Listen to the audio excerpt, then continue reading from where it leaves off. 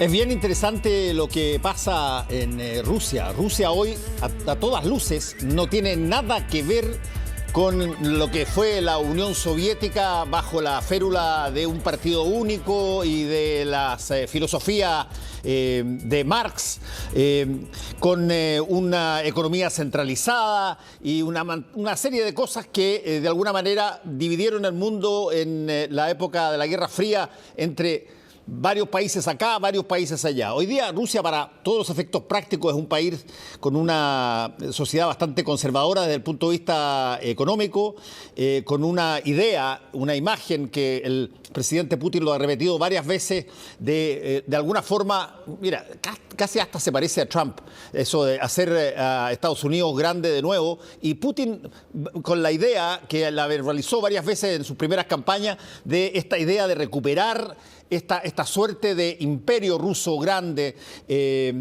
también, y por lo tanto, a pesar de todas estas grandes diferencias con lo que era la Unión Soviética hasta hace muy poco, antes de que colapsara, resulta que está pasando por una serie de problemas muy grandes que vamos a conversar ahora con Raúl Sori, particularmente el caso de este disidente, Alexei Navalny.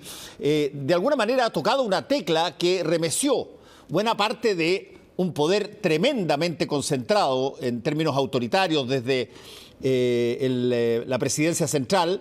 Y me encantaría saber, Raúl, ¿cómo una persona prácticamente sola en términos de su imagen puede generar este tipo de alguna forma de jaque a un país que es pero extraordinariamente poderoso en todo orden de cosas en términos institucionales? Sí, Fernando, es cierto. Y bueno, Navalny ha puesto el dedo en una llaga que es muy profunda y que es histórica, que viene de la Unión Soviética y ha seguido en Rusia.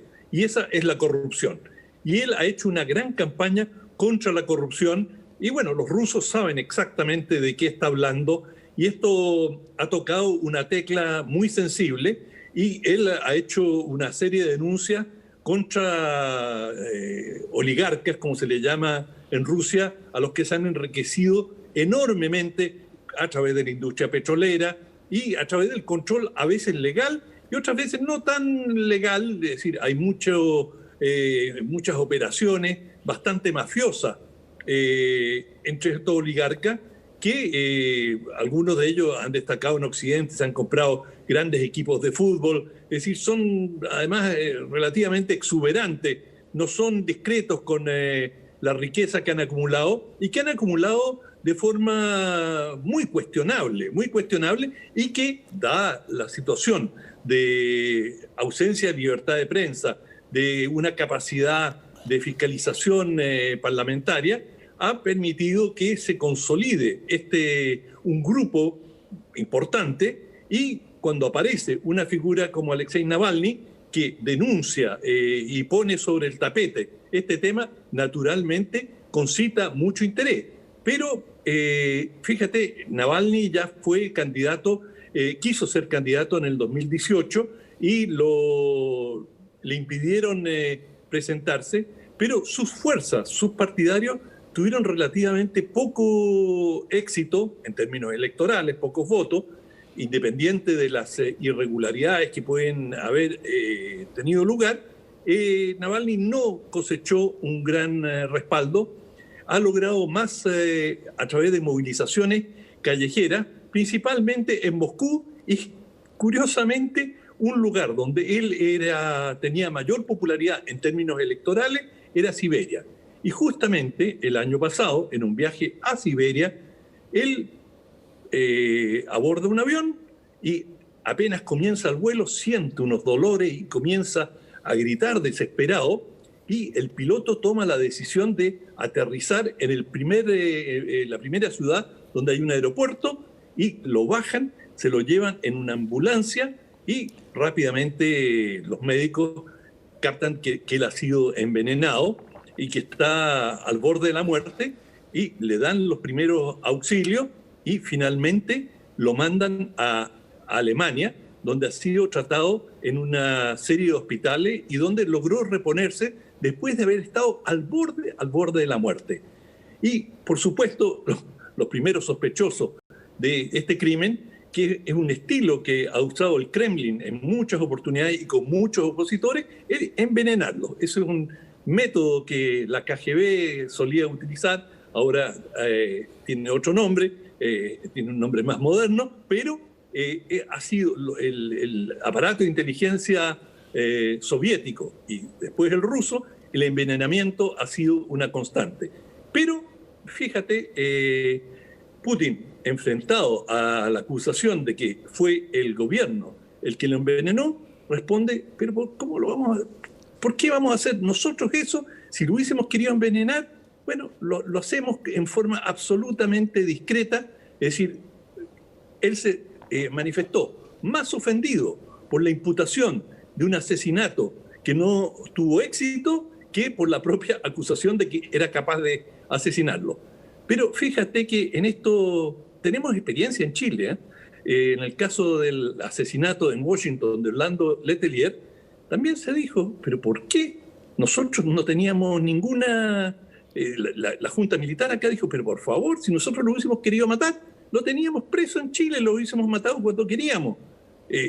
Lo dejamos en libertad y no tenemos idea quién lo hizo en Washington. Después la justicia estadounidense estableció con claridad meridiana que él había sido asesinado por agentes de la dictadura. Bueno, con esto quiero decir de que Moscú diga que pudieron haberlo matado en cualquier momento y que no necesitaban recurrir a algo tan espectacular como envenenarlo y tratar de que muriera en un vuelo, no es ninguna garantía de que no haya sido realmente el Kremlin. Y Navalny ha denunciado frontalmente a Putin y a las autoridades de ser los causantes del intento de asesinato. Ahora, él, si uno lo piensa en términos políticos, es una figura importante, pero no es una figura que, por lo que se puede apreciar a la distancia, tenga un gran seguimiento. Porque, en definitiva, como en cualquier lugar del mundo, focalizar en la corrupción, sí, la corrupción es un problema enorme para una población que lo sufre, pero se necesita de un programa, se necesita de una presencia local, provincial. Y en Rusia no están dadas las condiciones, o sea, no se permite, cuando digo que no están dadas las condiciones, se ha saboteado, se ha socavado completamente la posibilidad de edificar una estructura nacional, y cada vez que los opositores al Kremlin, a Putin, salen a las calles, reciben un tratamiento duro, son arrestados, de manera que no hay una libertad de prensa en el sentido de que pueden haber medios opositores establecidos, de manera que es muy difícil para un movimiento opositor lograr tener una proyección nacional. Sin embargo, Navalny ha conseguido cosas interesantes y bueno, ahora el domingo volvió a Rusia, lo arrestaron y le han dado 1 mes de cárcel. ¿Por qué? Por haber violado, él estaba bajo, digamos, tenía prohibición de salir, tenía que firmar con cierta regularidad, estaba con libertad bajo fianza y bueno, por violar la libertad bajo fianza, lo tienen ahora preso y al final de este mes verán, le están preparando una serie de cargos que si se los mira objetivamente no parecen en absoluto convincentes. Esto es una maniobra del régimen, pero en fin, veremos qué pasa, pero él ha hecho algunas denuncias muy interesantes. Sí, es bien curioso cómo ha sido la transformación desde la Unión Soviética a Rusia, desde una economía centralizada a una economía donde básicamente hay empresarios que fueron muchos de ellos escogidos a dedo para tomar determinadas industrias, donde están comerciando abiertamente en el mundo, donde de pronto aparecen acusaciones de que intervienen en las elecciones de otros países, como pasó en el caso de Estados Unidos, y donde tú ves en todo eso una figura del dirigente principal que 2 veces ha como anunciado que va a darle paso a algún sucesor y finalmente no cambia. Esto fue así, si hubo 16 años de Angela Merkel en Alemania, lo conversábamos esta misma semana, ganando su derecho a continuar en elecciones allá. Bueno, Putin ha anunciado como 2 o 3 veces que no se va a presentar y se presenta y gana. Una vez más. Es bien curioso el sistema porque hoy día, para todos los efectos prácticos, Rusia es un país mucho más capitalista que socialista. Pero en la lógica autoritaria de su gobierno, bueno, sigue manteniendo esa dureza que tenía la Unión Soviética. Absolutamente. Y, digamos, él lo que ha hecho es alternarse con el vicepresidente y después ha hecho una bicicleta y nunca ha soltado el volante, de manera que él, para todos los efectos prácticos, es un dictador que gana las elecciones que no tienen mayor supervisión, en condiciones, con una cancha absolutamente dispareja en relación a los opositores, en cuanto a acceso a los medios, en cuanto a poder publicitar sus puntos de vista.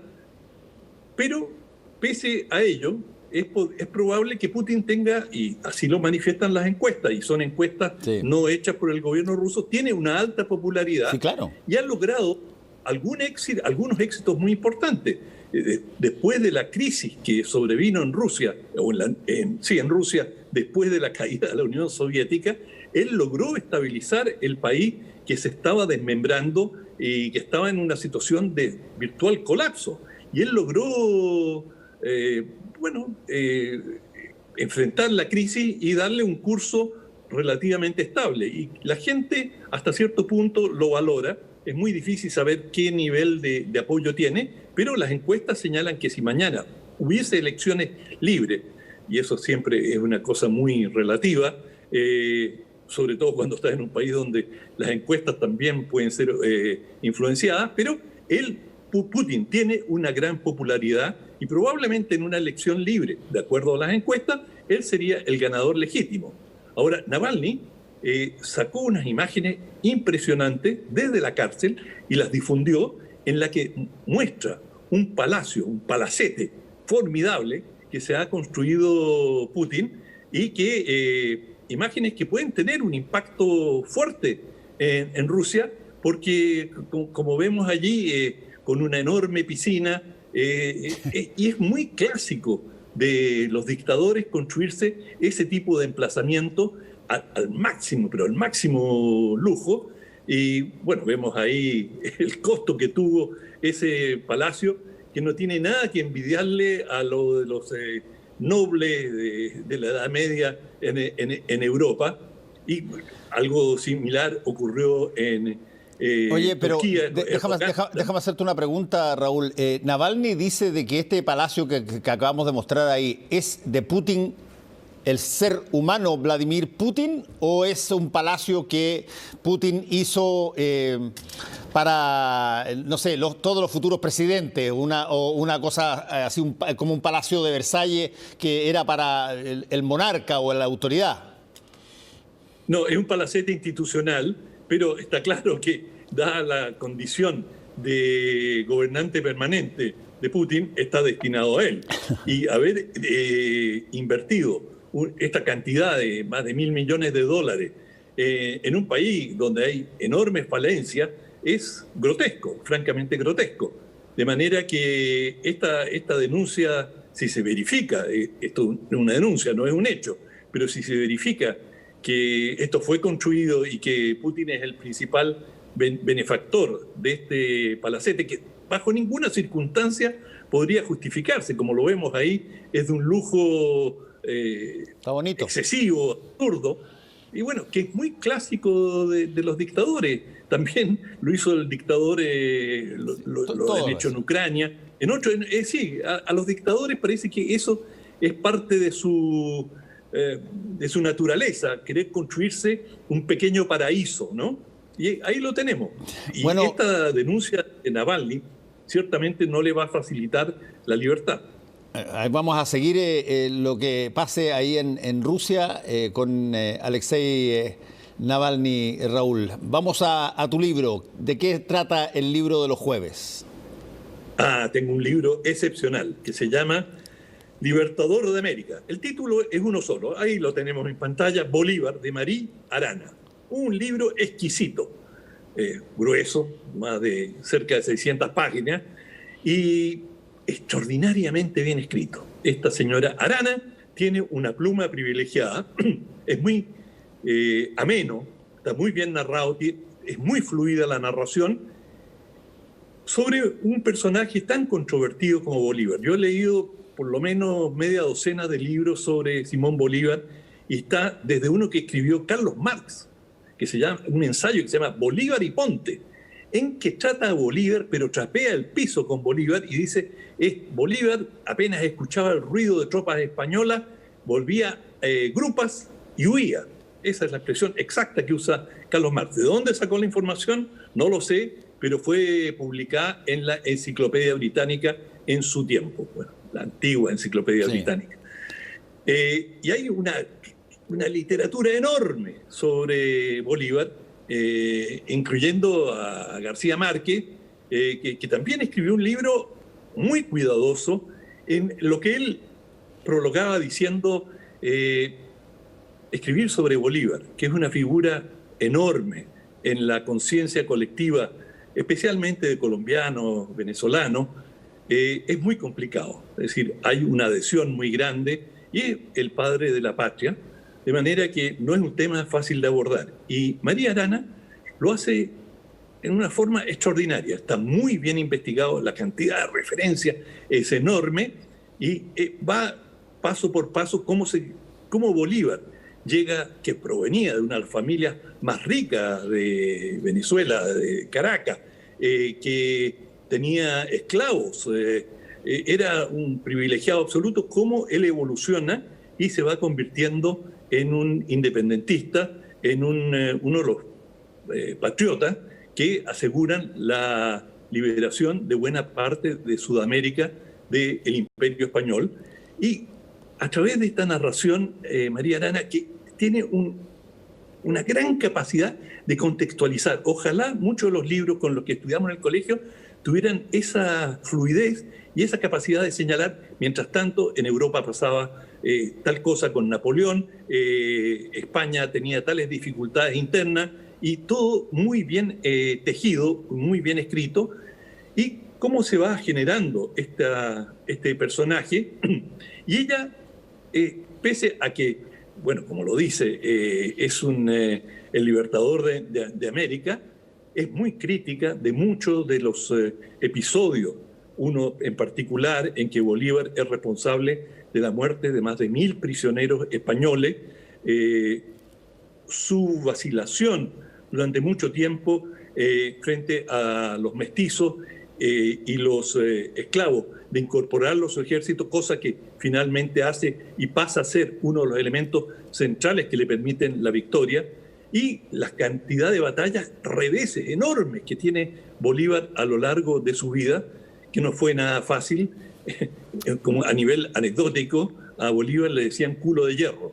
¿Por qué? Porque tenía una capacidad de cabalgar que no tenía rival, y él podía estar horas y días a caballo para ir de un lugar a otro del territorio que estaba tratando de liberar, y que en definitiva consiguió. Un libro que recomiendo absolutamente. Como con todos los personajes de la independencia, hay gente que va a estar a favor, en contra. Ocurre con O'Higgins.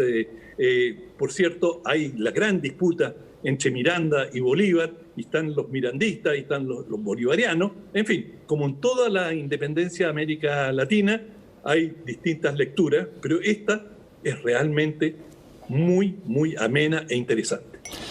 Muy bien, Raúl, muchas gracias. Que te vaya muy bien.